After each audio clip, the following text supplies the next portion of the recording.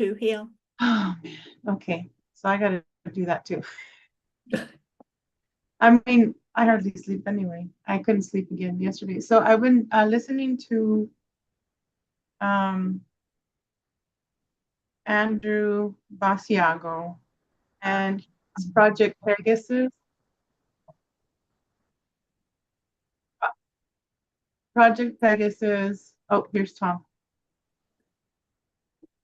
And so anyway, to answer your question, I'll find out Friday if they're gonna take out the fluid in the left lung. What I just found out. Hi guys, how are you, Tom? What I just found out is that Andrew Basiago, I shared this on Facebook, Project Pegasus and the Mars Project. I've never heard of him, but Marcel said that he sent me the video. I'll send it to you, Tom, if you haven't seen it online yet. Thanks for being here.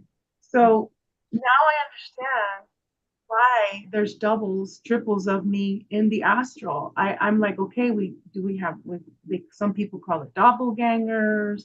Why am I like why am I looking younger now than before when I had the cancer, right?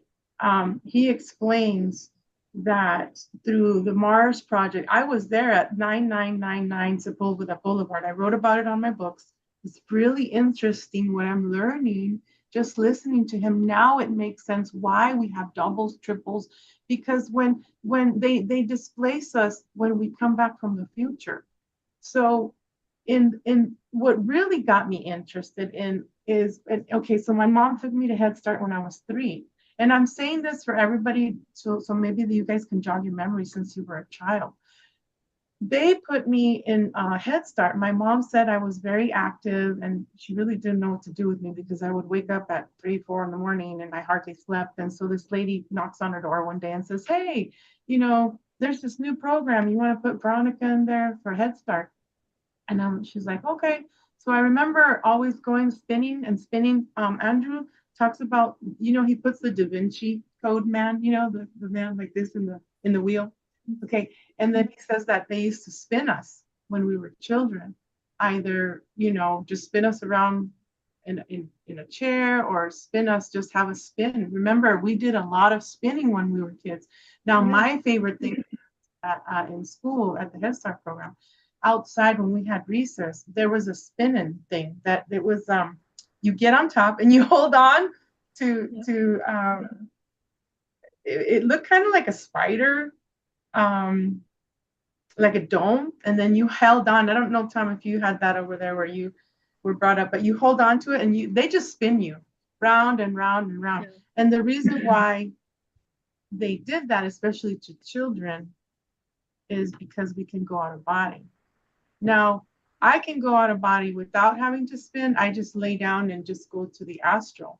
When I fall asleep or right before I fall asleep, I'm there. Or I can do remote viewing, that's time travel too. But I find it interesting that he showed that. Now, he was talking about how when we're taken to the future, we went to the future for military purposes and politics. They wanted us to come back with secrets. That's why a lot of us know a lot of like different secrets from the future. I always say I come from the future because these were the programs that they had us in.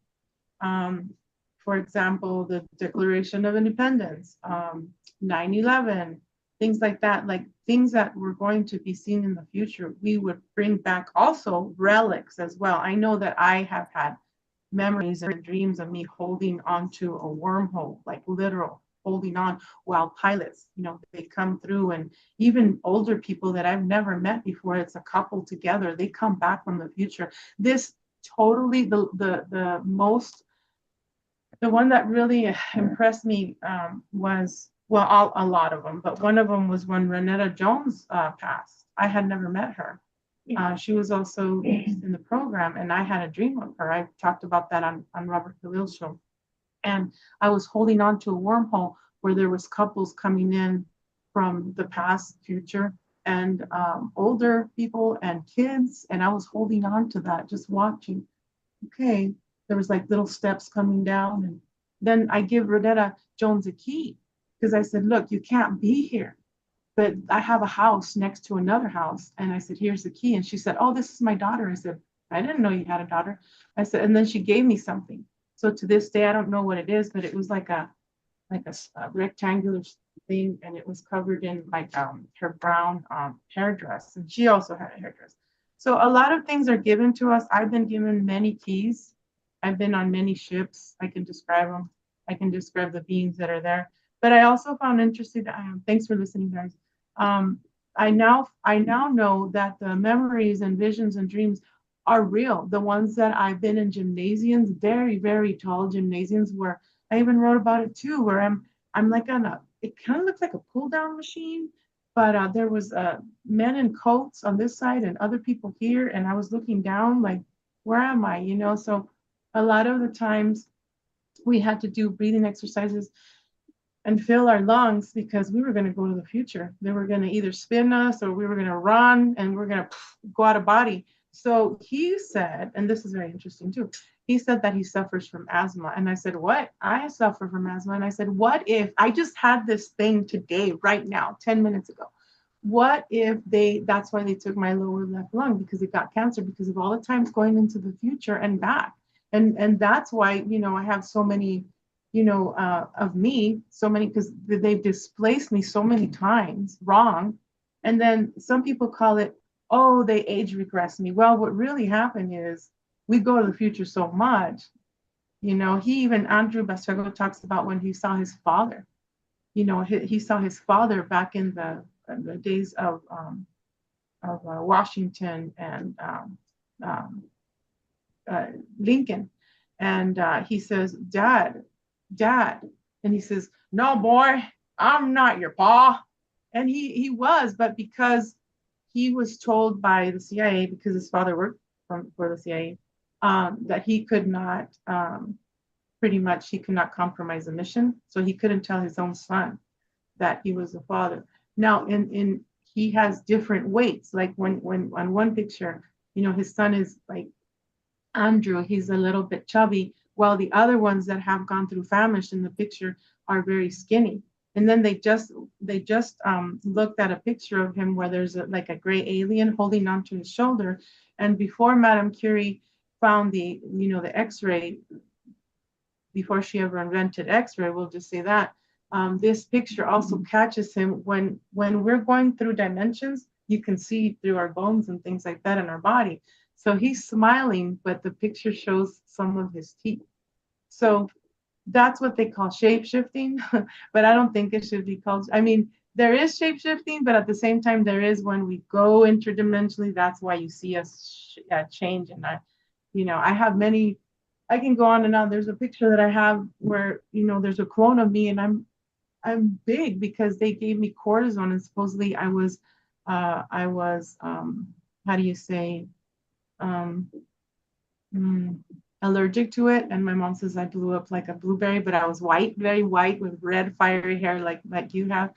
And I'm like, wow, that makes sense. That was my clone then. They displaced me that. There's a lot. I don't know, you guys, but I'm gonna go ahead and put this video on our show, and then I'll also keep seeing to see if anybody has any questions or has things like that happened to you all. If you'd like to share. Well, that's a good question.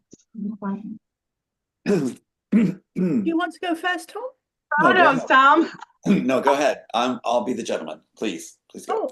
Oh, okay. Oh, you look good, Tom. You look like the Sopranos. You look like if you're in the mafia. You look like one of my uncles, man. Come on, let's go have some noche or prosciutto.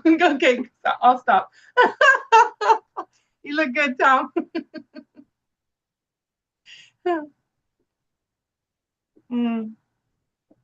Okay, so Soma, go ahead. It's so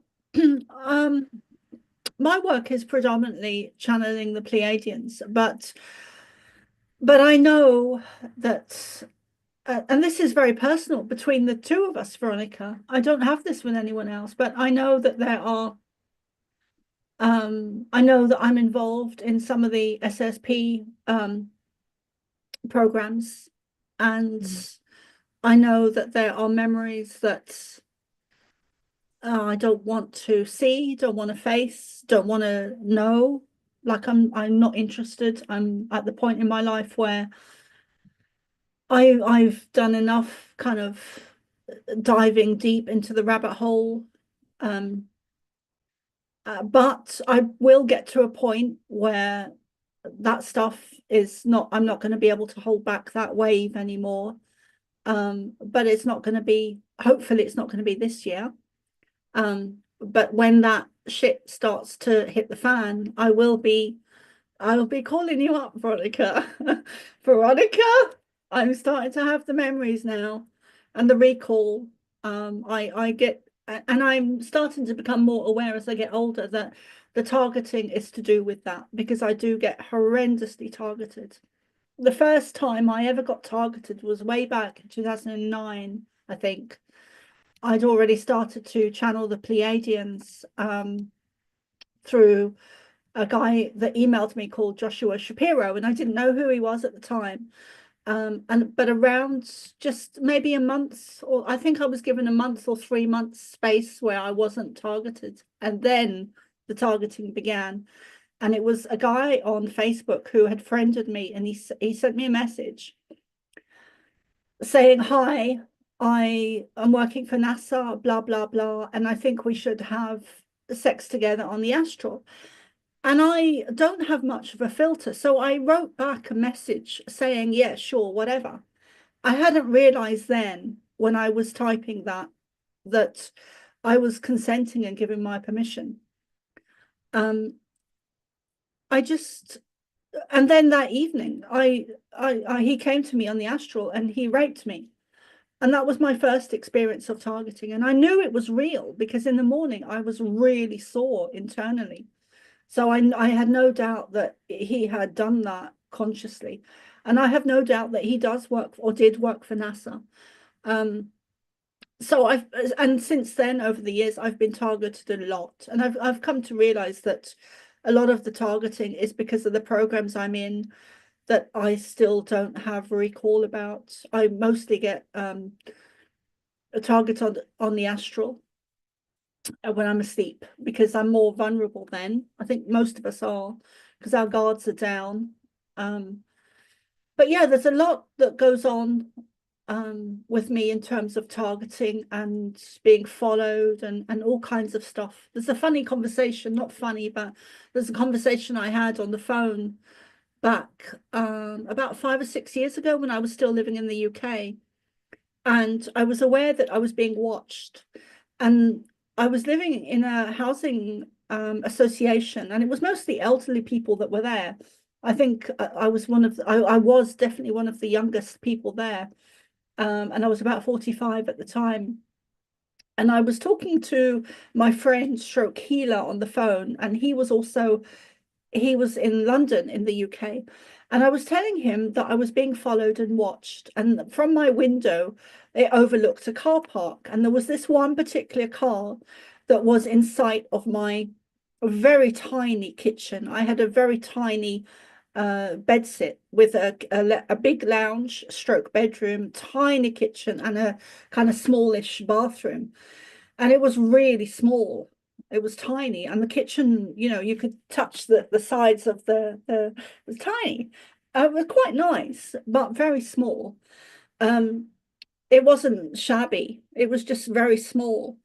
And from the kitchen window, you could see the car park. And then beyond that, there was a huge supermarket. And this one car never moved. 24/7. It was always there, did not move. And this is a paid car park. So that was unusual. And I was talking to my friend on the phone, stroke Sheila, and I was saying I was really being targeted and I was being followed and all of that stuff. And this one car would never move from the car park, and it was within eyesight of the window. And then one day I looked down and there was a guy stood by the car looking up directly at me. I just happened to look out the window at the time he was doing that. And then when I was on the phone to my friend, I was telling him all of this stuff and that I was being followed, and there was motorbikes and there was a lot of stuff going on. And I was living in Portsmouth, which is a a Navy base. There's a lot of military there, a lot of servicemen. And I've since come to know also that they're in Portsmouth and Southampton, there's a vast areas of underground tunnels, vast. I don't know how secret they really are, but I have seen them in visions. So anyway, so a couple of days after this, I think it was actually the very next day, there was two men walking outside the window, downstairs outside the window, and I was on the first floor. And this was it only had 2 floors. So you had the ground floor, the first floor, and the second floor. Because it's different in America. You don't have, I don't think you have anyway. So it was not a huge high-rise block. So you could hear everything because the supermarket on the other side of the car park, all the sound bounced back. So you could hear everything that was going on everywhere in the building. And 2 guys walked by, and one was saying to the other, yeah, but she got the car wrong. And she was talking about this, this, and this. And I just thought to myself, gotcha. Because there's no way that they were not part of the targeting. So that's some of the targeting. And there was another time that was perhaps not so serious, but I was doing an interview with Todd Medina on Soulology, and I was there in the same place, living in the same place then. And after the interview, I listened back to it. And I didn't hear it during the interview, but I had listened back to it, and it's probably still on YouTube somewhere. But every time I spoke, you could hear typing. And then every time I stopped speaking, the typing would stop. It was quite comical, to be honest. But that was definitely some agency or someone taking some form of type documentation of what I was saying. So, and I'm not, I'm not special. We all go through targeting because of the we were invaded at the downfall of Atlantis, and there's all this stuff has been going on since then, to do with the agencies and the governments, and who's really in power and who really has control and who is a puppet and who is an agent. And there's become such a big divide recently in our movement, in the disclosure movement,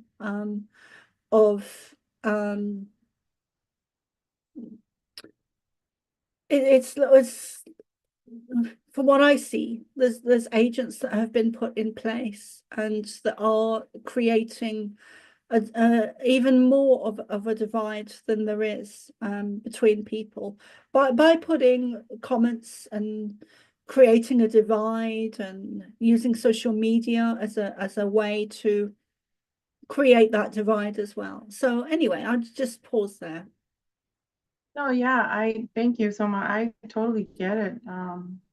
There is a video out there that my kids got a hold of in 2021. I went to Vegas to speak in the Supersoldier with James Rink, and Penny was there, and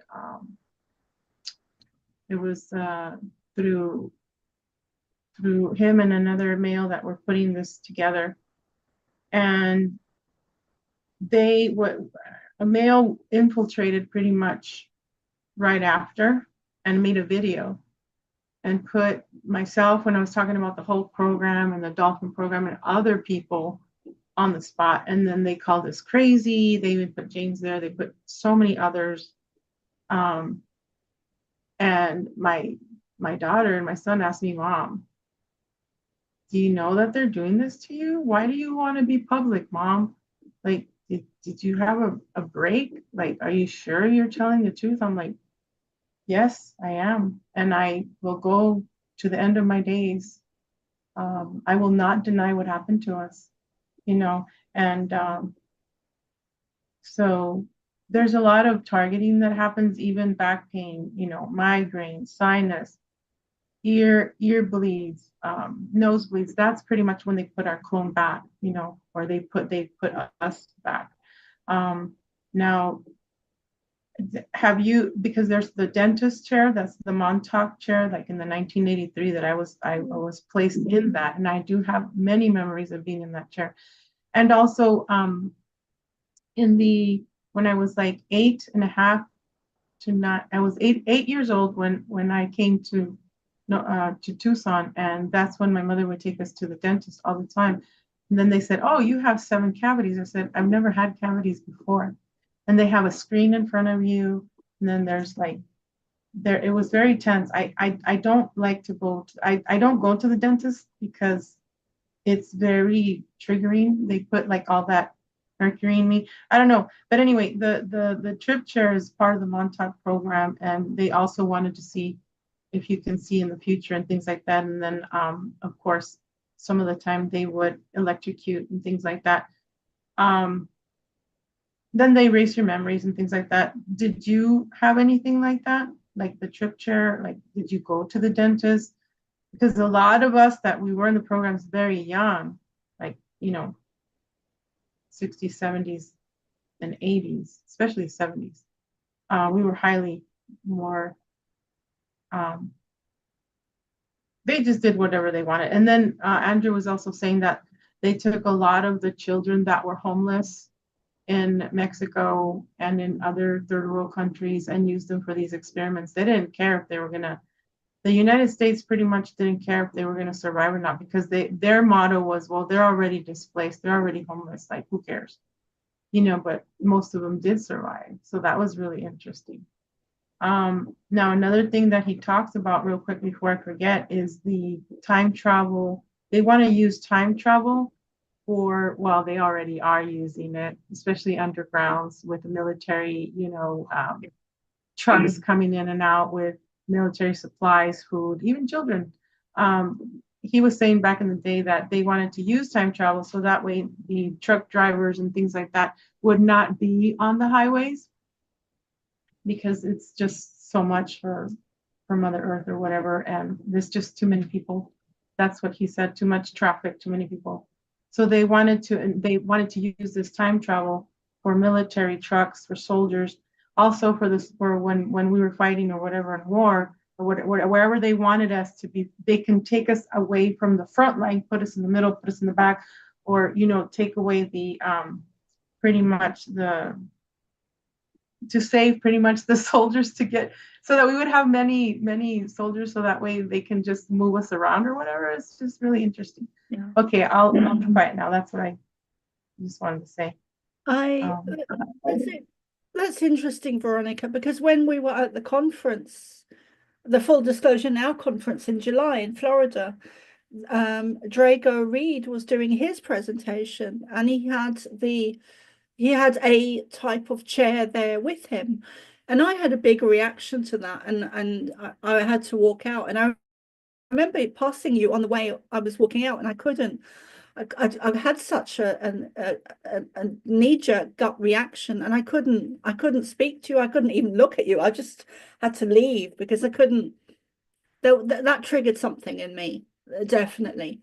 And there is definitely stuff there with me and some of the projects. And I do believe my mum was part of the Montauk. She had a lot of problems. I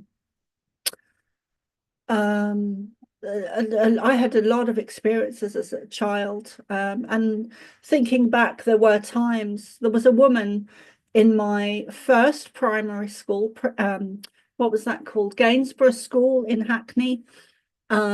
And it was a school, and it was in the center, and then around it had a huge playground. It was like the whole playground was bigger than the school. And the school was pretty big, very old building. Kind of interesting the way the building itself. But I remember there was an American woman there who had long brown curly hair, and there was actually a couple of things that happened at the school that, looking back, I was like, I'm thinking, oh, who were they? who were those people? And actually, just the other day, I was wondering, was I ever taken out of the school to go for hearing test or some type of test like that? Because I've heard about those.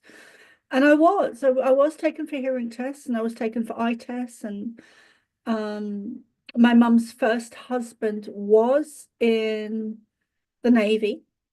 So there's a military influence there. And yeah, there's a lot of things that happened as a child that, looking back, it's kind of indication signs. And I did have a dentist when I was younger, and he looked like a butcher. That, that's how he looked. He was a big guy, big fat guy, and I think he was nice enough, or at least he always had a smile. But he had these huge hands. They were like buckets, and as children, you've got a smaller mouth, and then he wanted to put his fingers in your mouth. And of course, he would be able to get one, maybe the small finger in, and I never really liked him. He was, I don't know. But there's definitely memories there that I've blocked out. Yeah, the hearing test and the blood test, they were done because every time we would time travel, we'd have to make sure that it was us. They took our biometrics, which is, I'll let you talk, Tom. But this is what kind of blew me away just thinking about it right now, listening to all this information. A week and a half ago, they took 8 vials of blood from the program, all of us. And my son did a DNA test, and he says, Mom, you got to do it. And I'm like, you should do it. You should try it. And I'm like, well, what the heck, the Army already has, ever since we were born, they do the prick test on your little foot, and they know who's coming in and things like that. I rescheduled 3 times because I didn't want to go. And something just kept telling me, you have to go. Like, I don't know if it's a contract or what, but I just knew that I had to go. And I kept asking questions. I said, so, do you know you can actually log into our body via our blood, even our phone? And they're like, they wouldn't say anything. And then they weighed me, they measured me, they took my, all the blood pressure and all that. So weird. I thought, why do you guys measure? But I knew why they did it. It's because they want to make sure it's you. They want to make sure it's the original person.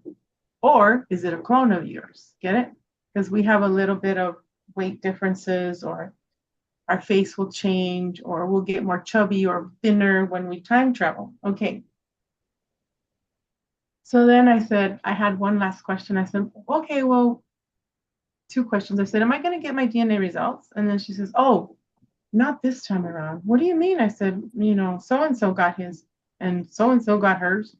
Oh, well, every month the program changes. But if they find you interesting enough, they'll send you your, you know what I mean?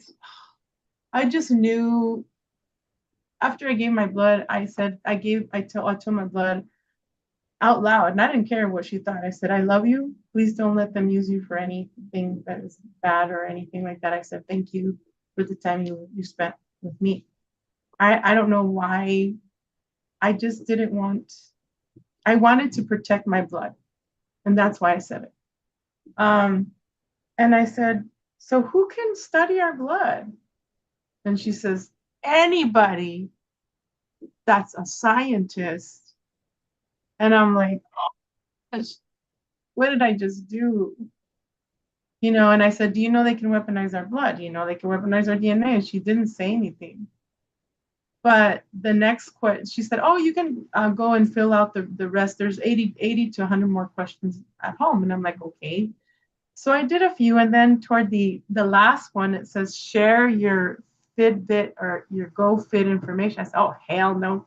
Because then they really can log on to your body and target you. I mean, I'm already been targeted, and I still am, and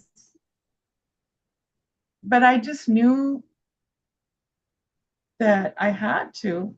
And the next week I had a dream where I fall asleep on my bed and I wake up in another bed and it's the same size. I have a California king. And it was like really pretty, like flowers, pink, white, red, and then the background is black on the duvet or whatever you want to call it. And there's this short, ugly, stout man with black hair, dark skin, giving me this cup, and it has two pills, two big pills. He wanted me to swallow. I'm like, oh hell no! So I'm like fighting him throughout the whole freaking dream, and then finally the knife comes out of my right hand, and I stab him in the knees. I stab him everywhere, and then finally, because I see that there's these males, two males watching me through the wall, because remember with the LiDAR stuff, they can see us like if it was a screen, right? And I was watching. They're like, what the heck are they doing watching me, right? And then finally the house turned into my grandmother's living room, and I sat down while these three tall whites, because I have memories with tall whites and tall blacks, and both of the speed, both of the races, they're always there for me. I can't explain it, but they're always there helping me with my missions. Anyway, let me end this one. The tall whites, two males with blonde white hair and blue eyes, and one female with red hair, like pulled to like a little bun, and she had green eyes. She had this big mole like this, like Lola comes out. My dog is a German Shepherd. They have like these moles with hair. And I'm like, is she crossed with the German Shepherd? I thought, or no, they say that the giants have the rose thing, and then they have acne, a lot of acne. The giants have that problem. And what they did is they did some kind of thing where she grabbed one of the other other tall white, they were like 17, 18 feet tall.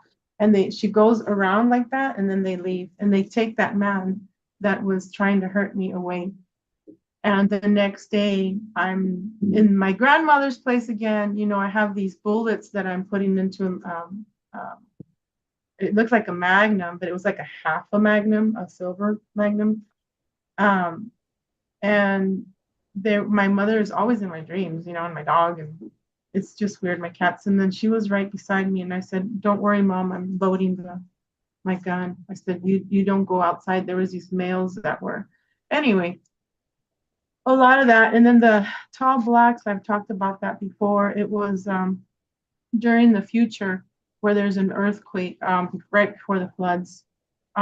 There's these eagles that come out, but they're eagles, but they come out from the ground, and they're like Nephilim beings, but they are like with cacti. They look like cacti, but they're eagles, and they come out like that, and they're coming out from the earth. And I'm booking it. I'm running. There's people doing meth. Hey, trying to get my attention. I'm like, no, I'm running. There's always distractions in your dream space, because they want to see what you're going to do. So the earth starts breaking in half. And then there's a train station. There's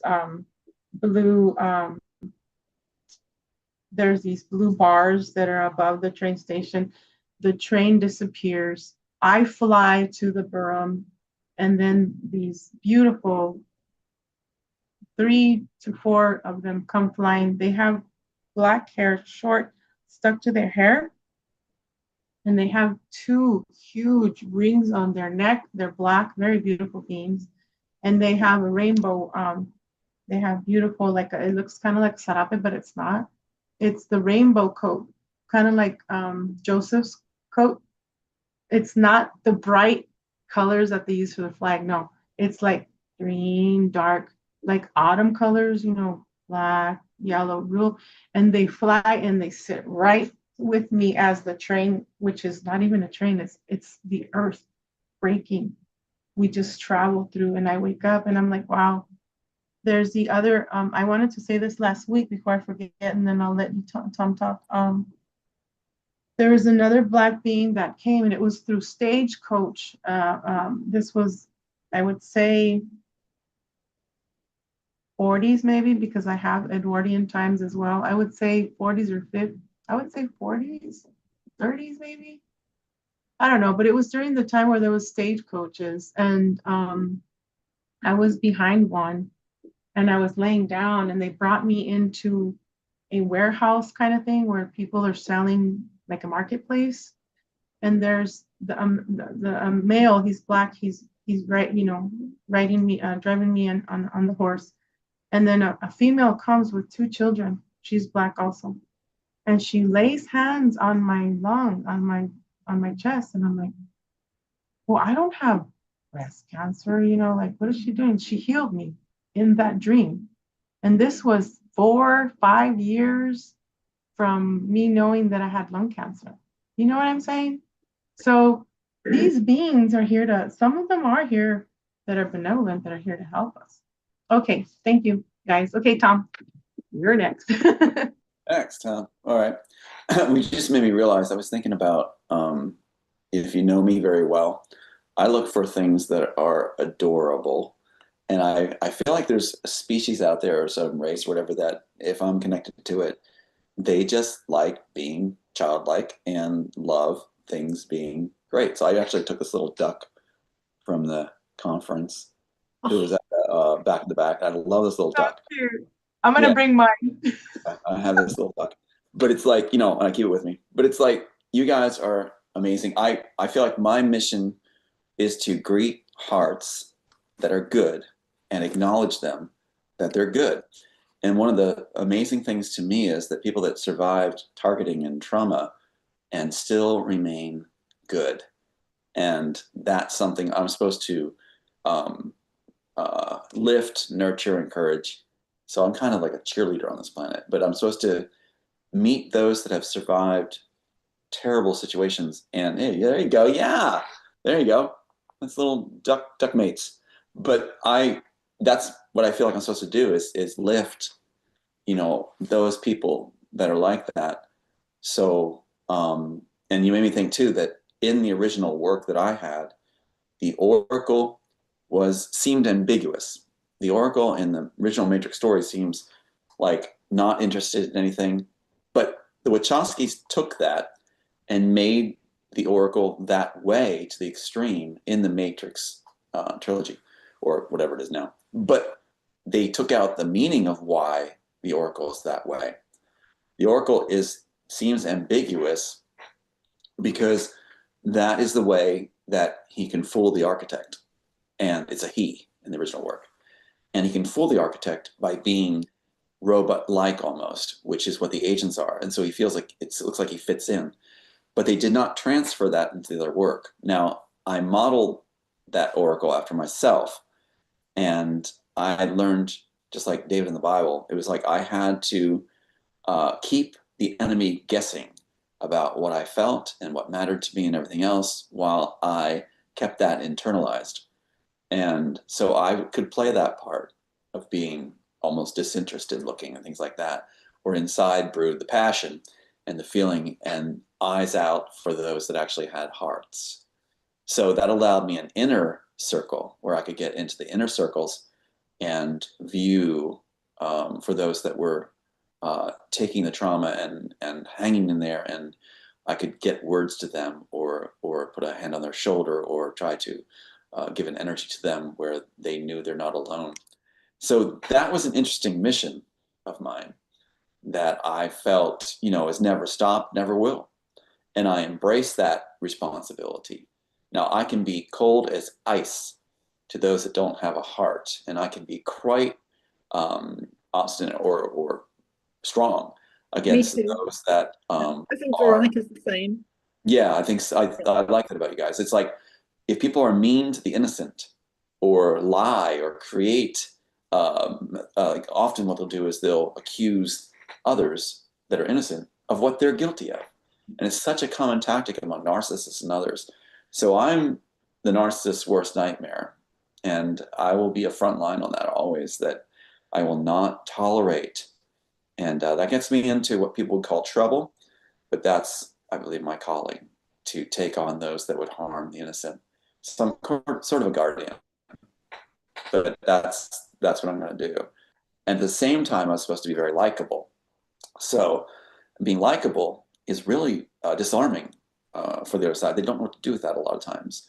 So they try to accuse you of that you're tricking people. You're Jekyll and a Hyde is one of the quotes they said. You know, you're pretending to be nice. No, you can see it in every layer that we're actually nice, those of us like ourselves. And so I'm rooting for the home team.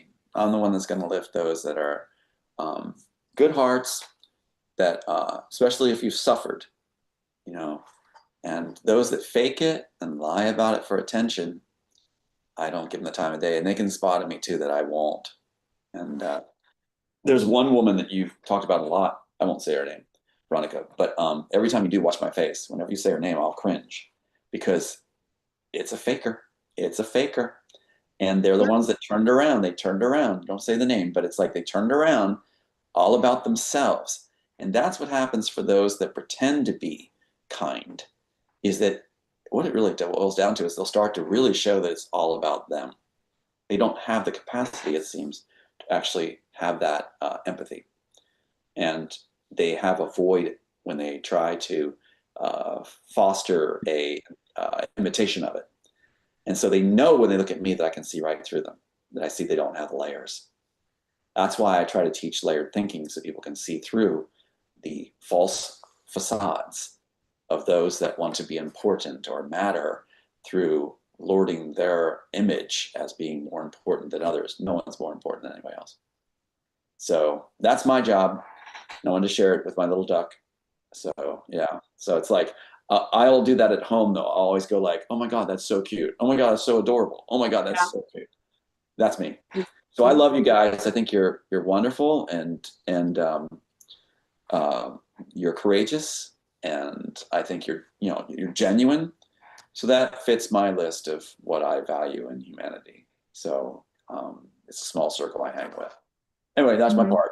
If anything, I have to say that since I got back from the conference, where I met you guys, I mean, I already knew you, but I did meet you there and many other people, and I'm still kind of catching up big time and still overwhelmed and still haven't got to message people. So if people are watching this who were at the conference, no doubt you will be getting a message or email from me. And I know that Trevor Grassi has been saying the same thing. He's also been overwhelmed and not had the time or space or energy to connect. I know everyone's been so busy since the conference. But we'll get there, guys. We'll get there. I've seen that too. Somah. It's like I'm now getting messages from people from the conference even now. And it's like, it seemed like a lot of us were very relaxed and chilled about it all. And it's almost like that feeling I had. I'm glad you brought it up. It's almost like we've been old friends forever and we got to meet for the first time. But in some plane, we've been always friends. And it's like, and so there's no real urgency on time. It's like if I see you tomorrow, it's the same as if I saw you in a year. It's like it won't change it. It won't change the feelings I have. So that's what I'm glad you brought it up, because I feel that too, that we're all just taking the time. And it's like it's fine. There is no stopwatch on solid, good-hearted relationships. So yeah, I'm glad you said that, because Tom, because yesterday I was like, oh my gosh, like, because I'm starting my 4th book and then I want to start my 5th book and I have the ideas and I'm like, there's no rush. I was worried about getting the 3 out, which I'm glad I did, and I know, Tom, you're working on yours too. I think, Somah, you should write a book on your contacts, like even pictures and things like that, like recently, like before the conference, after the conference. That's what I'm seeing, that you have a book that's coming out. The Nordics, the Pleiadians, they're going to help you. But I was like, okay, I already died I don't know how many times and I'm still here. Why am I here? And at night, I asked myself, man, I got to change this. I was good in that. I need to leave a legacy. Oh my gosh, was I a good person? Will I even be remembered? Like, even Corso, Daniel from Dark Journalist, Corso was taken out of Wikipedia. You know, it's like, are we going to be remembered? I love you too. I love you guys. And That's so sweet. You will be but it's remembered, though. not. I'll let you know you will be remembered because what I was given is that there will be a library of memories, and each person on the planet will be remembered. And in that library, it'll because I want to have this established when the work is reestablished as mine, to have that where each person I can get is in that. We experience each individual where no one's lost, no one's forsaken, because humanity wants to be remembered. Humanity wants to, different individuals want to be remembered. I want to make sure that happens. I want to make sure that happens. And Thank you. And yeah. it's not even to do with ego. It's not Oh, of course about not. that, guys. I think about every day, did I help this person? Okay, how many people have I helped? Like, can I help more? Because I know that that's what I'm here for. But at the same time, I have to balance myself so that we have to balance ourselves so that we don't give away the energy that we need for ourselves to heal and to think and things like that. Just last night, I had to ask forgiveness because I was out with my Lola, my German Shepherd, and there was this tweaker out there, and she likes to bang on the palm trees, hurt the trees. She's looking for drugs. She even has last night she didn't have a little boy with her, but sometimes she'll have a little boy like at 12 midnight, 1 in the morning, banging things. Some guys will be out there screaming because, they're off their drugs, they're tweakers. And I got so mad at her last night and I said, I need you to leave now. Don't you understand that there's cancer patients around here that are affiliated with the hospital here? I said, I don't care. I can bang my stick if I want to. She's banging it on the sidewalk. I'm like, you need to leave, or I'm going to call the cops. Call the effing cops. They know me by name. And I'm like, as a human to human, I said, can you just please be nice and leave? And I gave her the middle finger, and I shouldn't have. I said, bye, like, bye, Felicia. But she finally left. But at the same time, I had to ask forgiveness because, I mean, yeah, I'm going to protect where I live, but oh my gosh, like the anger that I've had from my mom and dad that comes out. See, that's all going to Sheila, change too, isn't it? Sheila comes out a lot. So I have to, Tom, I really have to just like remember, hey, we're all going through a dream. Like, how do you say? And Don Miguel Ruiz says that, we all have a dream. We're all living different.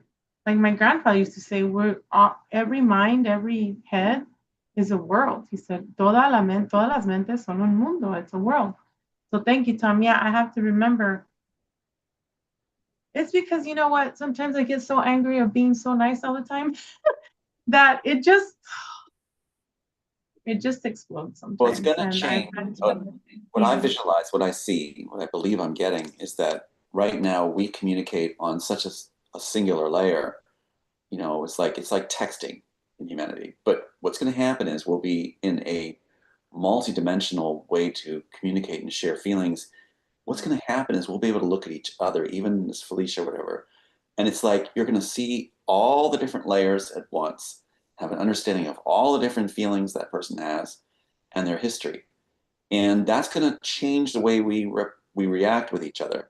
So I believe it'll be a coming together where we're going to see and understand each person we come across on a multidimensional way. And it's going to be absolutely beautiful.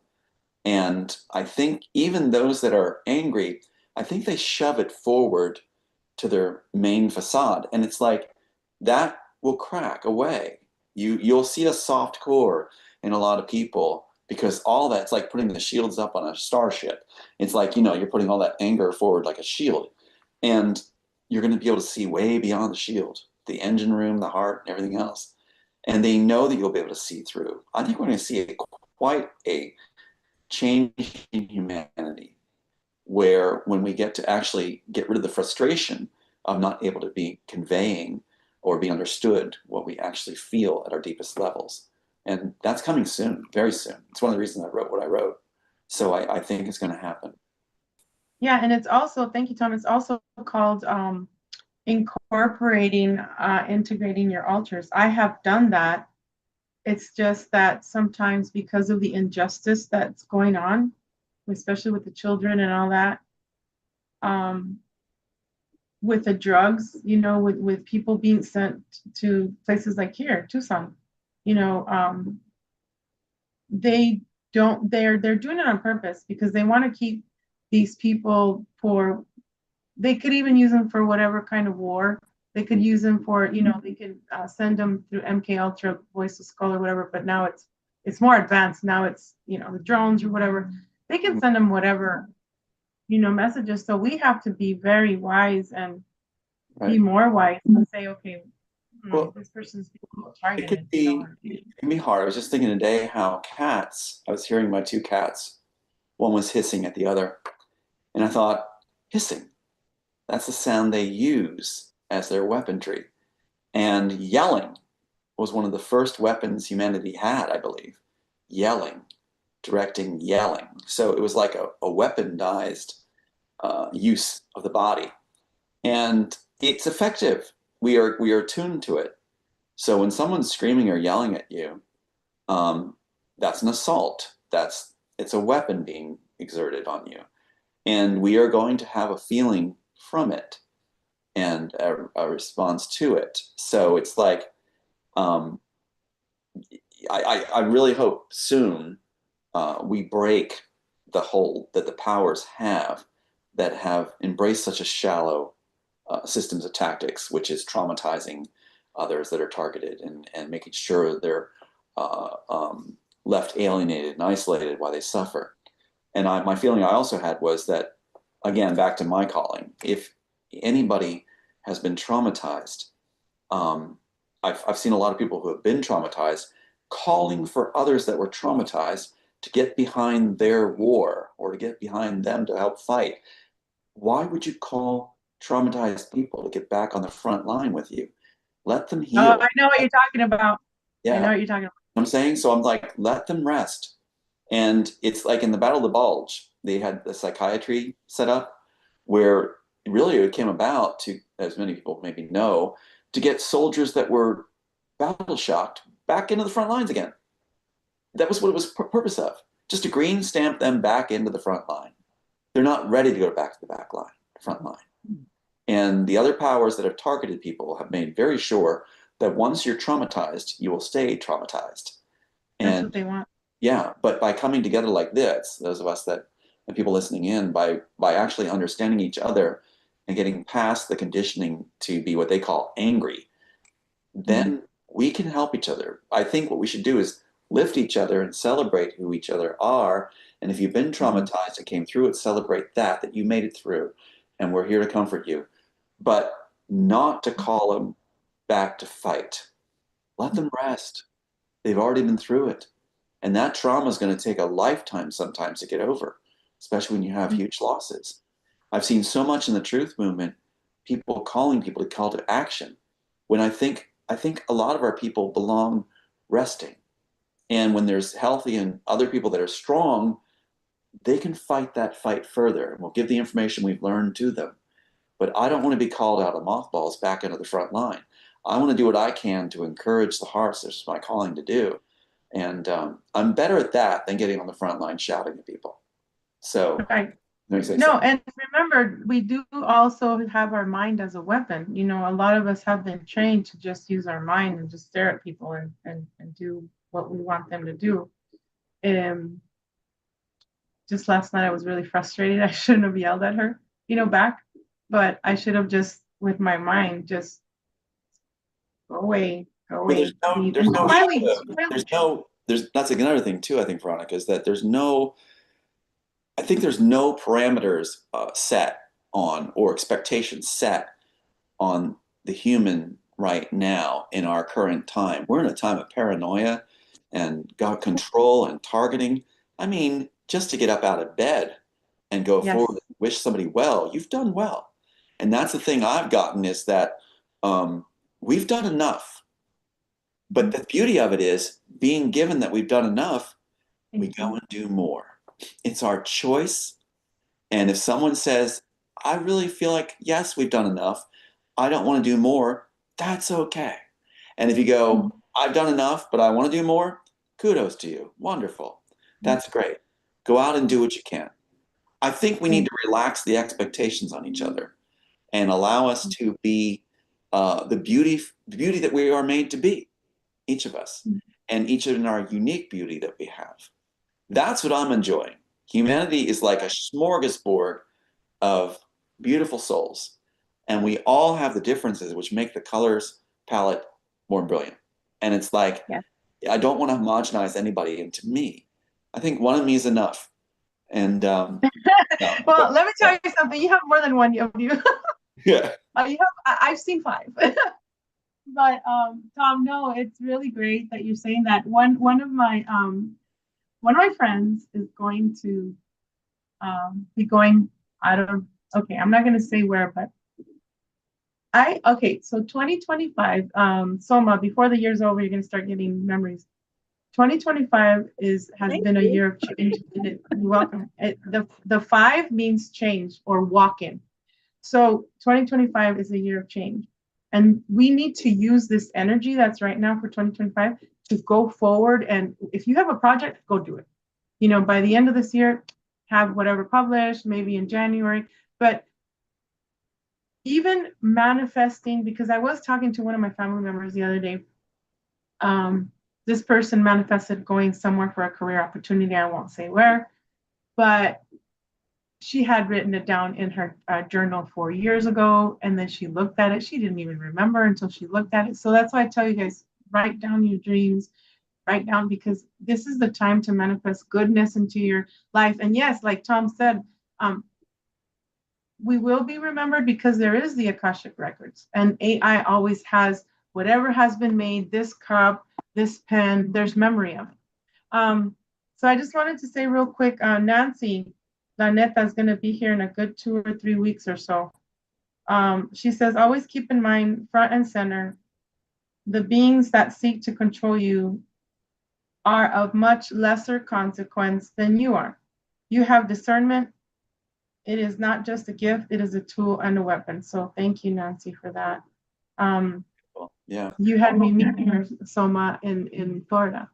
So I just wanted to end with that. I don't know, whatever you guys else want to say. I want to say something too. I guess if you open it up, it's like, what if we had a quiet moment and we were given what would be the most divine goal for each of us? What we want to do it to matter, not or matter or not matter. What we want to see happen, and the first word that comes to mind, peace for me. That's what I got too, is peace. Yeah, and there's So no cool. right answer or wrong answer, right? And that's why I enjoy once we start dialoguing like that and hear, like, let it come straight from the heart, like, Soma, what did you get if you're asked what? Unity. Unity. Beautiful. Unity. Yeah. Yeah. Is that reflected in our, in spite of our differences. yes, yes. And does that reflect in our dreams? Dreams seem to bring in our innermost desires and what we may wrestle with. So would that not come into our dreams? The dream I had the other night was 2 young boys fell through the ice. They were on this little like pool cart, almost like a Russian little sled. And it seemed like it was in Siberia, but they fell through the ice, and I jumped in to pull them out. And it was a dream where there wasn't question. It was like, this is being done. But it surfaced in me, no pun, but it surfaced in me the core of who I am. What made me jump without hesitation into those frozen waters? And it's like, would it be different if they were somebody else? 2 people that maybe have snubbed me in the past? No, it's going to be that core response. And so I think it's very important to research or look again into our core in that quiet space. What is it we want to see? And let that be our anchor. And then whatever the world throws at us, as far as angry people, things like that, or those that are maybe jealous or whatever, it's like we have that center platform for ourselves, that foundation of what really matters to us. It's so important to know. I would ask anybody watching, establish that. What is it that matters most to you at your core as a being, and let that become your foundation, that that you're firmly footed on that, because that's who you are. And that's your design, I believe. Anyway. Thank you, Tom. Did you want to say anything else, Soma? Any parting words? Um, I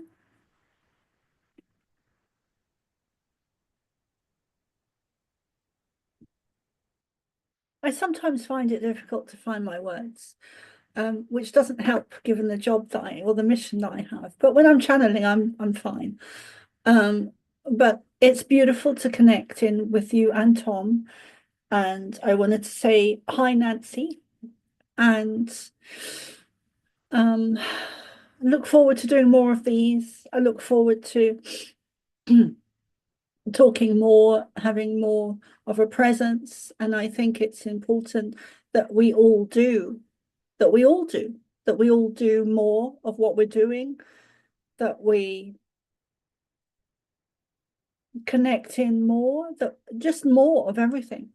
One of the dreams, real dreams I had the other day was of time traveling. And I don't remember all of the details, but I do remember there was a man there. And I think he was on the good side. And I'm still trying to recall the dream, but I'd stepped outside of time and I was time traveling. And the message was that they, whoever they are, both sides have technology that they use to time travel. And that's a very real thing. That's not woo-woo stuff. That there's technology that is being used to time travel. And of course we've known that for a long time, but it's different when you're on the astral and you're having real experiences. That's a different level. That's a different level. So I love you guys, and yeah, I don't know. I thank you. That's beautiful. Sama, I have a question for you then. Did you ever, I talked, I think it was Draco about this, Mm. that there seems to be an awareness of time traveling people around. It's like almost sometimes it feels crowded. It's like almost like there's been in the future, I may have said this before, a tourism type thing where people go back and see moments.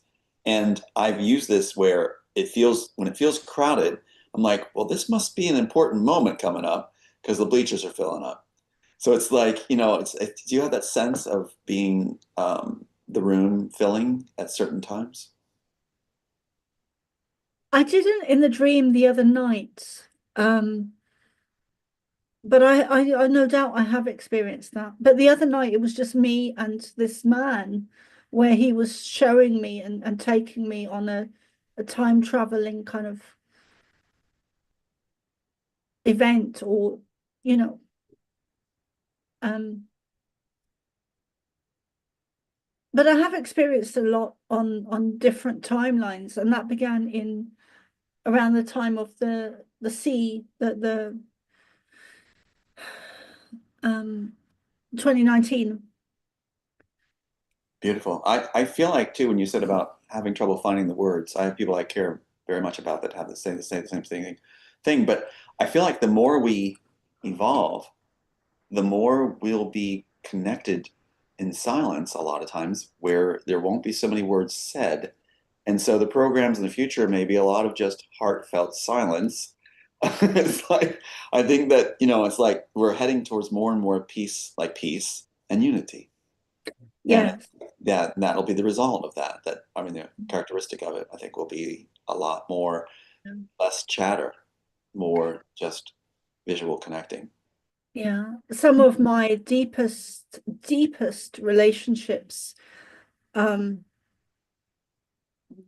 needs very few words. And that's beautiful. Like when I looked into your guys' eyes, there was no words. All I just kept saying is, "Oh my gosh, I love you so much. I love you, Tom. I love you so much." Like the people that I met, that I knew, it's like wow. Like it was just you. I was in awe, and like Tom said, it's like we connected when we were eating. You know, it's like and talking. It's like if we didn't miss a day, and that Yeah. to me was beautiful. Yeah. Real Imagine a when world where we just accept each other. We just allow each other to be ourselves. That's going to be an amazing world. And one of the things that's going to help that happen is national boundaries coming to an end. That people are afraid of the one world order, and rightly so. And that's what I was writing about also. But come one way or another, there will be a connected world in the end. And there could be a good world society and even intergalactic type. So we're going to head that way at some point. Even Star Trek has that kind of in it. So I have to be cognizant of the fact that the New World Order thing being pushed so hard could be impeding a good world in the future where it's actually a benevolent connected world. We're connected in the right way and the right people are driving it or standing for it. Anyway, if that makes any sense. But yeah, this has been great. we can use it in a positive way, just like, social media, we can use it in a positive way to influence others, like for peace, unity, joy, love, and to get their story out. That's why I started this channel, is for people to share their life, their what happened to you here on Earth. I want to Sama has remember. something too. Yeah, that's beautiful. Sama has something. Yes. I have a question for you guys. So given that um people in the disclosure movement are kind of bickering and arguing and kind of at each other and giving out to each other, as we say in Ireland, um, what would you say to them if they were listening or watching now? What would you like? What are your thoughts around it? Such a brilliant question. Yeah, I mean, I go by the gut. Whatever surfaces first, the words will be put in the mouth. And the thing that came to me right away when you said that was, don't be concerned about how popular you are. Don't be concerned about having to create the next line of thought that will draw clickbait or attention. Be concerned about being genuine, authentic, opening the door to connections rather than protecting your territory online. Why not open the doors to other people's point of views and allowing people to share and be a river rather than a dam? And that it's not about the truth movement should not have people in it that are concerned about their popularity. The truth movement should not have people in it that are concerned about being right and casting others as wrong. The truth movement should be about sharing your part of the puzzle and lifting each other at the same time. The most comical thing for the enemy to see people who stand for truth battling each other. That is the Keystone Cops. That is so ridiculous. So that's why I'm to greet people in their hearts as they are. And I will not tolerate those that are looking to be popular. I'm looking for those that are there to express authenticity and genuine feeling and heart and concern and looking to gather solutions together. So that's what came to me. What came to me, and I'm still seeing it, is a bubble. Two or three people are fighting, bickering online in their life. There they go in that bubble forever and ever fighting. As long as I'm not in there, as long as my soul is not in there anymore, they can't take me in that bubble. I am not going to be fighting or bickering with them anymore. They're going on these different bubbles and it's going like this, and it's floating, like, the spotlight at the end of a movie back in the day. Yeah. That's how I saw them. And I heard, do not be concerned with them anymore. Who cares what they said about you in the past? Who cares what they say about you now? That's true. As long as your soul is good, as long as your intentions, your soul, as long as you're evolving for better, for truth, for love. I've Go ahead, found, Tom. yeah, I found that it's easy for me with my mission, my calling, because it's almost like you're running a race, and those that pursue me, shout me down, that put so much effort to try to bring me down, reveal themselves so easily as those that are ones that I should not connect with or allow their energy in. It's so minuscule. But they pursue me to shout me down. They create the conflict. And I've always said I will not pick a fight. I'm not one that will create a fight. But they try to go out of their way. So those that are chasing you down obviously have some insecurity where they need to have that fight to feel better about themselves. It's not anything you did. It's just they feel a need to create a act of hostility. So that makes it easy for me because then I just turn around and go back to the ones that are gentle, that are not trying to chase me down. And that's where it's, hugs, smiles, and encouragements with each other. And I like that a lot. So I'm in a good situation where it's easy for me. Those that are small-minded will insult me and they'll try to go out of their way to do it. And the more if I don't engage, they'll even do it more so. So it's like, okay, they reveal themselves. Anyway, I hope for those that are suffering that kind of injustice or, negative attention, that they get to go back to those they care about and love and not be distracted from those relationships that matter by those that might be small-minded. But that was a great question, Somah. There is a person. Sorry. That's okay. Go ahead. No, that's okay. I was just saying that's a great answer. Really well said. And but I do see things getting slightly worse before they get better. Which is not great.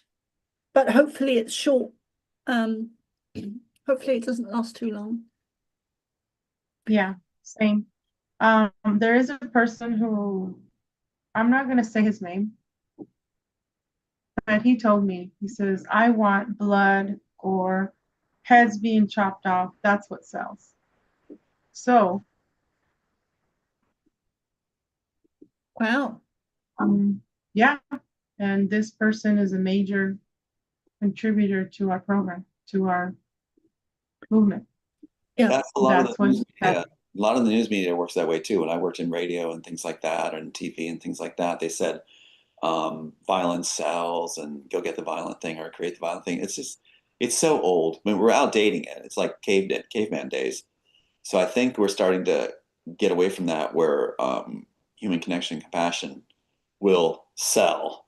I think you can see that happening in the film industry almost, where they're starting to realize that connection is more important. And us artists have been pushing that, that the violence really only belongs in the films if it is serving the purpose of the story, not to be dwelled on and for gratuitous reasons. It's supposed to be only if it's for the purpose of the story. So I think we're going to get there. We're going to get there. We'll just keep going along. Yeah, just keep going. Yeah. I do see, I had a dream in 2020 that it was outside, there was bleachers and they were going up like this, like if it were to be like, kind of like the Saturn movie, the rings, but the bleachers were going up and I had to climb them and there was huge amount of people there. I was climbing and I had to go and I climbed and climbed. The auditorium was here and everybody was sitting, to speak next, but I kept climbing really high. I mean, there was everybody there, kids, everything, people.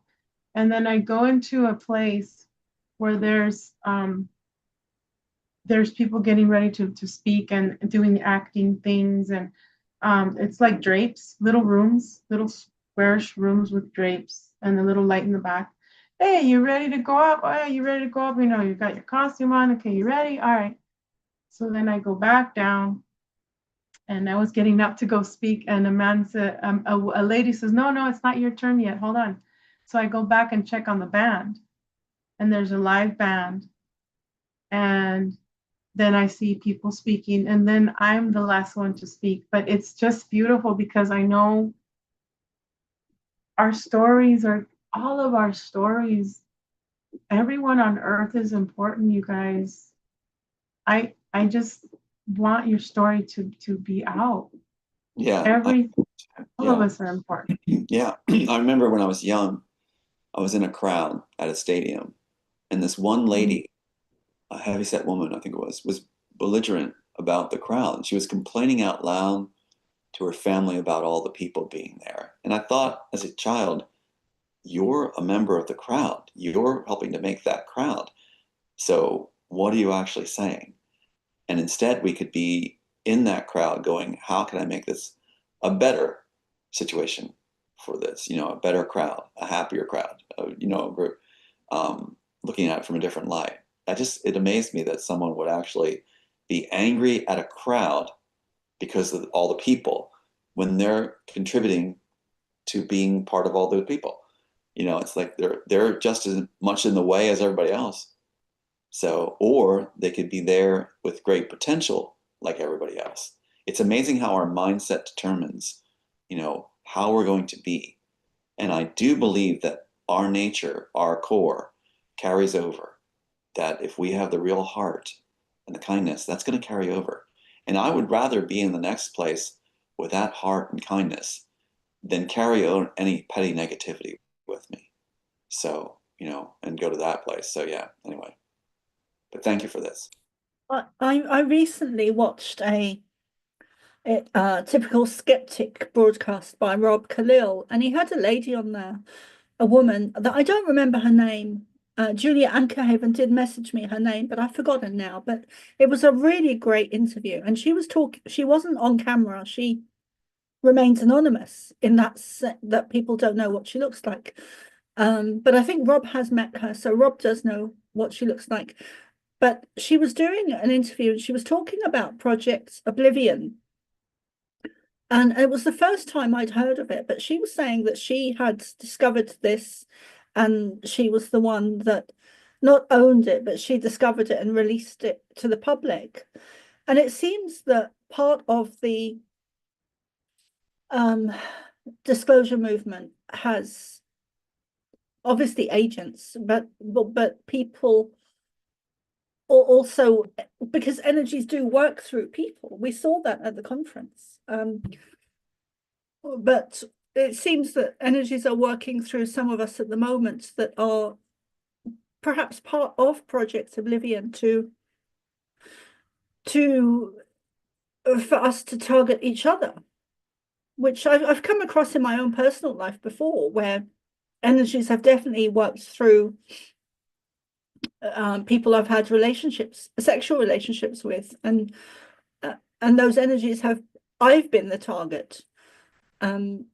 So it seems like that is happening in the disclosure movement at the moment. Well, that goes back to what you were asking the question. I would say too that if someone wants to fight with me, I find it very boring. And it's not stimulating as a visionary for me at all. And so I am annoyed when someone wants to fight with me. It's boring and it takes me away from the dynamics of the beautiful people, all the people out there that are just amazing people to be around and my friends and loved ones. So I don't want the distraction of that. I don't want it. So anybody that would do that to anybody I love, it's just boring. If you want to matter, do embrace and do good and exercise kindness. Otherwise, visionaries like myself are going to be like, you are very boring. It's just, I don't want to fight with you because it's empty. There's nothing stimulating about it at all. So I'd rather just walk away. But I appreciate those I did meet at the conference that I'm still hearing from. And it's like a lot of beautiful souls were there. a lot of amazing people. Yeah. And I'm going And to it, remember it for always. Yeah. yeah, it was a very special time, and I very much look forward to next year. And for me, it really was like coming home and just being with my family, and very much being in the 5D energy as well, very high vibe. And there was one of the people that really surprised me actually was Drago Reed, because I watched his presentation and I thought he was an amazing presenter. And um, yeah, but there's so many people, just so many people. And that's the beauty of it. Like the beautiful people like Draco and others, we all connected. We could all see it and feel it. So it was nice. It was nice to have the background of some of those negatives because it emphasized the positives and the light. So it was like that contrast was actually nice. So those that might have been negative, they provided the drapery for the contrast for others that were good to stand out. And they did a service. So yeah, it was I nice. like I liked his presentation too. I told him I knew him. I know that I was with him and fought with him in many missions. And when I saw the trip chair again, I couldn't breathe. I told him, I said I had an anxiety attack, a full-blown anxiety attack, and that's when I saw you leave. And I don't have time for that anymore. I don't have time for arguing, bickering, trying to prove my point. I already know me. I know what I've been through. I'm not gonna give people stories just for the popularity. Just because there's a lot of people, unfortunately, in the community that will make up crap to gain popularity, and they'll say, "Oh yeah, and you were in the program too, and you were there." And it's like, wait, hold on, let me remember first. Don't put that in me. You know, a lot of people get pulled into this community by saying, "Oh, well, you were there, you were there." Okay, but let that person either remember or write down their dreams or something so that they can have the experience. Like, don't ruin it for them. That's what I say. And I just wanted to send a shout out to Erin Elizabeth. She was supposed to be on today.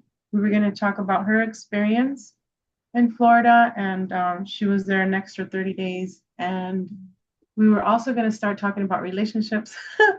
Tom had that idea, so we'll do that next time when she's around, and then we'll also do our own with Soma and things like that, or with any other people that want to come up, because next week is Kylan. Kylan is going to be on. He is my other Wolverine son from the Sheila and 99, because from my bloodline, the 99 come a lot of you guys. So I call you my sons and daughters. But he's going to be on. He recently just got back from Sedona also. He had a very inner child work done. And then the following week will be again with Marcel Cercet. And then the following week after that will be with Nancy Planeta. Hopefully we'll be talking about hacking, and just her experiences in that kind of world. So let's for that one, Veronica, if it's okay with you, I'd love to join you. And I'm going to tell you, Soma.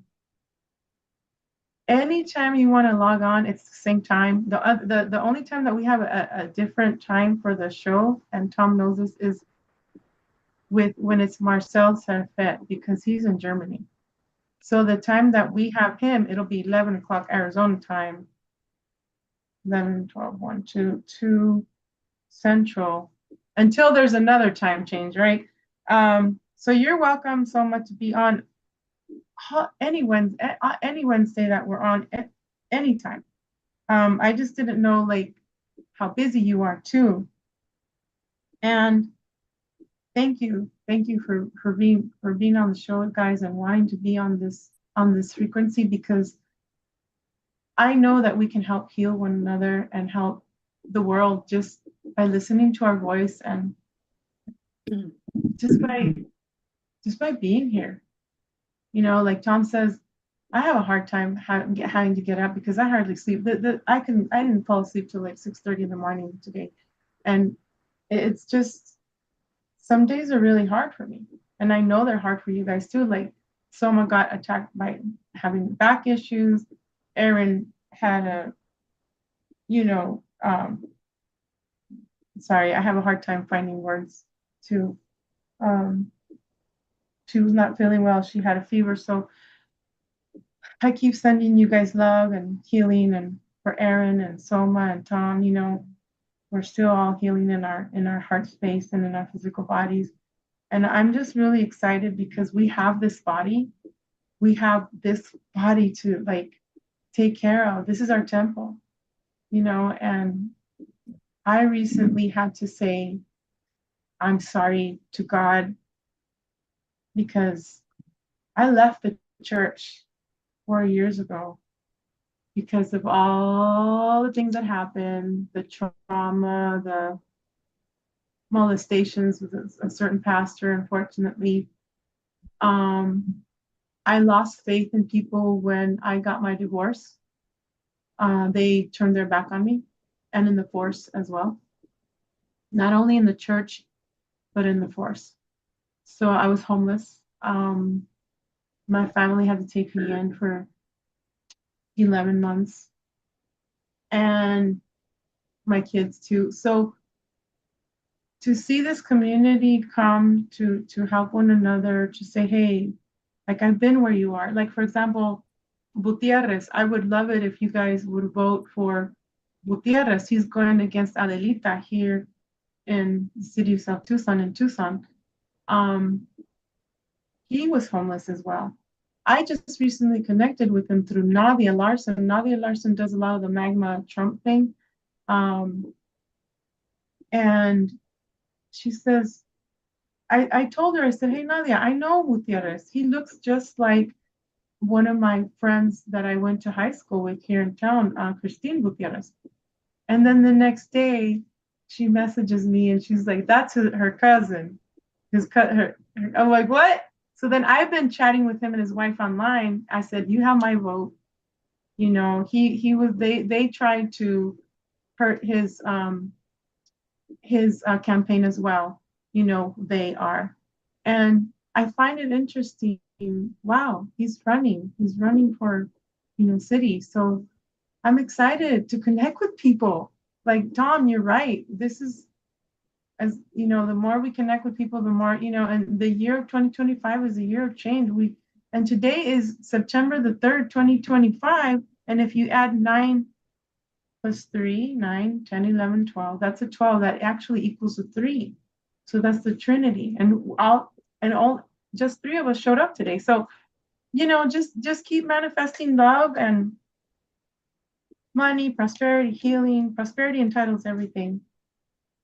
If we've made it this far, guys, with the illnesses, with whatever they've done to Tom, with you, Soma, and whatever they've done to you, we can keep going, no matter how hard it is to get out of bed. We got this.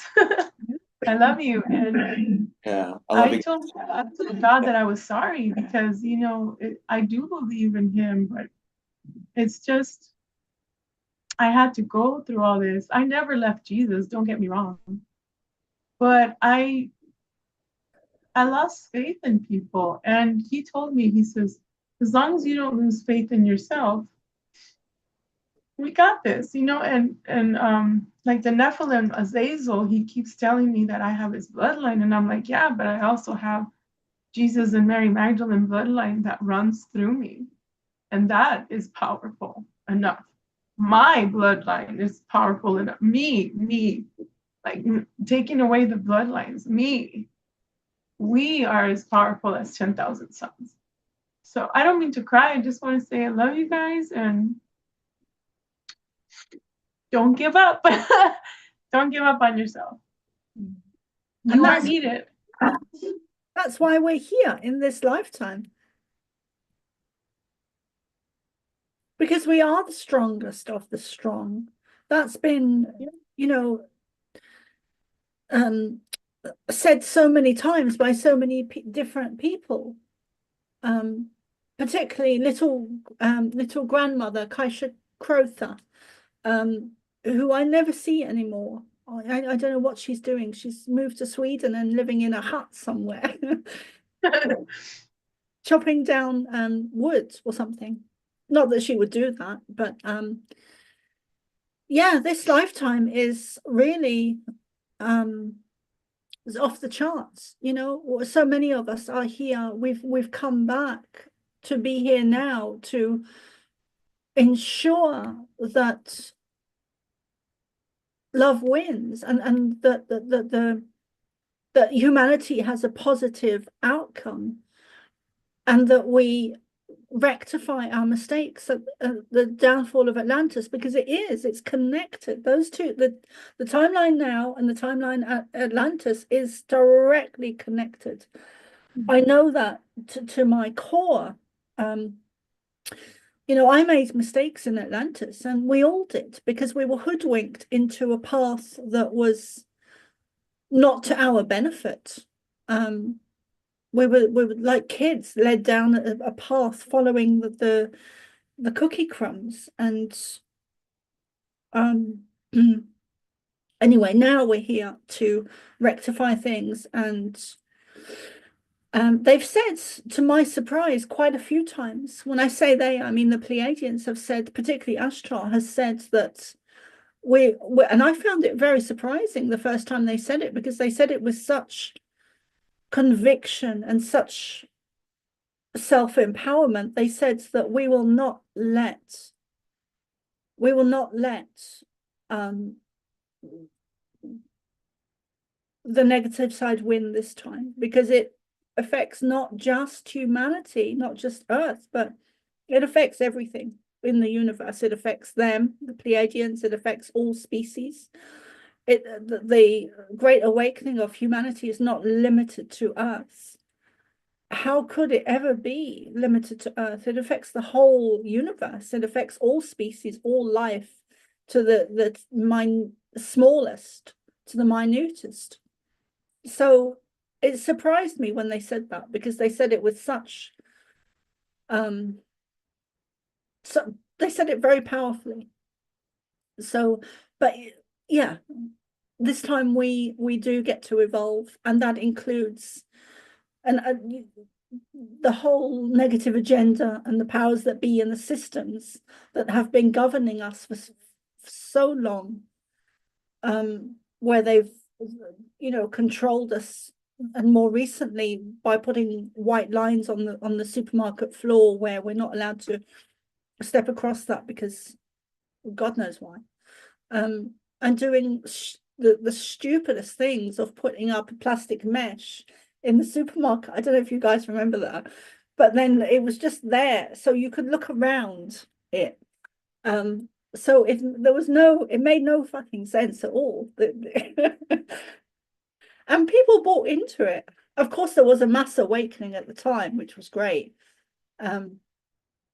But it was almost comedy, like in the supermarket back in 2019, 2020. Yeah, anyway, I'll just there's still people here wearing a mask. I was just thinking that. I just shake my head, just look away. Yeah. It's like, what is I have a lot of judgment around that, because I see it here as well, not so often, but I just think, what is the level, and forgive me if I'm out of turn, but what is the level of the person's IQ? Like, what are they thinking? I think they're like the ones that instituted all this was driving on the idea of acceptance. You know, if you're going to be accepted by society, you have to give up your rights, and give up your health. And but yeah, and they also are very good at using the idea of attacking the innocent. Those that didn't wear masks were considered criminal, or those that didn't take a jab were considered going to harm people, when actually taking the jab is what harmed people. You infected yourself. It's like, it's just, yeah. And that reminds me of what you were saying earlier, Tom, where the negative agenda. They accuse the other guy or the other side or the other party or the other warring race or positive race of doing exactly what they are doing. That's the tactic that the negative agenda has used That's exactly since it. they landed here. Intellectual property theft. They'll accuse Yes. the original author of being the bad person to justify taking the work. And it's, it's just like, this is what they do. They accuse the innocent. They take and then accuse you of being evil, that you're trying to hurt them. It's almost like they're punching your face and saying, you hurt my hand. Exactly. Yeah. Anyway, I appreciate this, guys. It's been great. So Thank you, Tom and SomaARah. And if you want to tell the public where you can be reached, right now, I think people are shopping. Usually we have about 5 people, but I think because it's the first of the month, people are shopping. Shopping like white chicks. Okay, so where can they find you, Tom? And then where can they find you? all right, go to tomalthouse.com. That's the website that was done for me. And then Wake Nation, your show. Got some big ones coming up, what I'm excited about. Of course, there's been eruptions on the feeds, but there's some big shows coming up too. And I'm looking forward to doing Draco's show too. So, all right. That is awesome. That guy, what's his name? I met him he's the IT guy from Awake Nation. He gave me a hat. Mike Great. Capante, he said he was going to come from San Diego to interview me, but I don't know when. We'll see. It'll Good be guy. fun. It'll happen. Soma, how can I help you for readings and talks with channeling? Because we all help the public that way. And how can you be reached specifically?